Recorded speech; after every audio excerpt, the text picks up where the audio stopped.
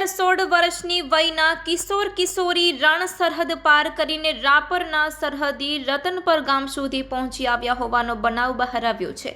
જાગૃત ગ્રામજનોએ બેઉ જણને ખડીર પોલીસના હવાલે કરી દીધા છે। પ્રાથમિક પૂછપરછમાં બેઉ જણ એકમેકને પ્રેમ કરતા હોવાનું અને તેમનો પ્રેમ સંબંધ પરિવારજનોને મંજૂર ના હોય બેઉ એકમેકના હાથમાં હાથ પરોવીને સરહદ પાર કરી ભારત આવી ચડ્યા હોવાનું બહાર આવ્યું છે। 16 વર્ષીય કિશોર અને 15 વર્ષીય કિશોરી બેઉ ભીલ સમાજના છે અને થરપારકર જિલ્લાના ઇસ્લામકોટ તાલુકાના લસરી ગામના વતની હોવાનું અને એકબીજાની પડોશમાં રહેતા બહાર આવ્યું છે।